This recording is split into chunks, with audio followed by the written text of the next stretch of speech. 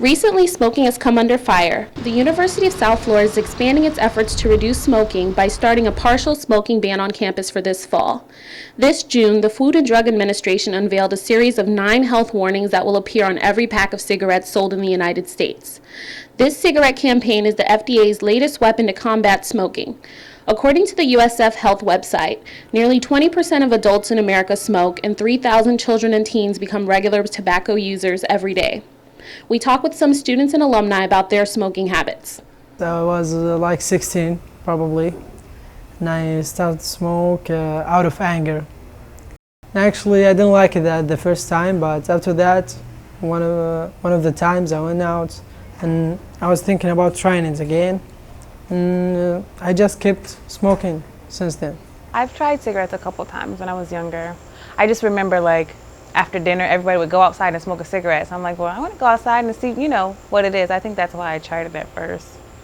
Pretty much everyone I knew smoked, and for a while I kind of resisted that. And then I got into college, and it was just basic peer pressure, I think, just being around everyone who smokes. And so I just started as well. I thought it was cool.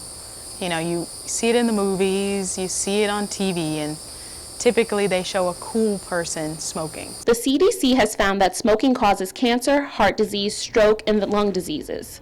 The Truth Ad campaign and Tobacco Free Florida are some government programs that create public service announcements in an effort to increase public awareness. Despite the abundance of available information on the risks of smoking, thousands of young people in the United States begin smoking every day. I mean, it's a really weird thing. When you're a smoker, you understand that it's bad for you, but it doesn't really matter. Like, you don't care. Maybe because they think of it like as a slow danger, or it's not a big deal. If you smoked one cigarette, you're not getting sick. I was in SWAT in school, so Students Working Against Tobacco.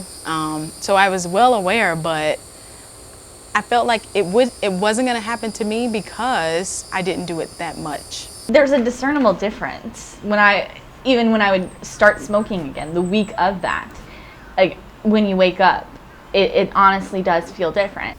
I have an asthma, and sometimes I cannot breathe totally, or I have some trouble and issues. I just could not work out to my full capacity. I got my lungs get tired really, really, really quickly. It's a shame. The Florida Area Health Education Centers offer programs to help people stop using tobacco products. The USF campus hosts weekly lunchtime tobacco cessation meetings that students and faculty can attend for free. The Florida AHEC Network and the Florida Department of Health offer similar meetings across the state. Well, we have a 6-week program. It's called Quit Smoking Now.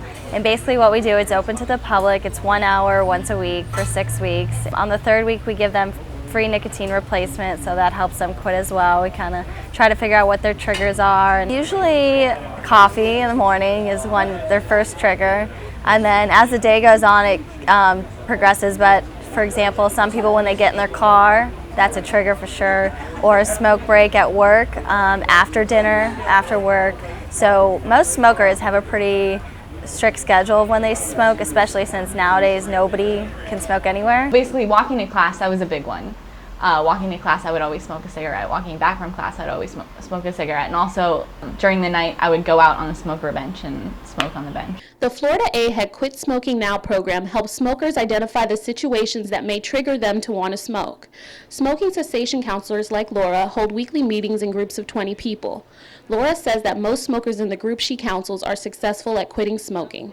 It's kind of easier to quit smoking with a group of people because you can hear different stories, and maybe if you like an idea that somebody else has, you can pick it up yourself.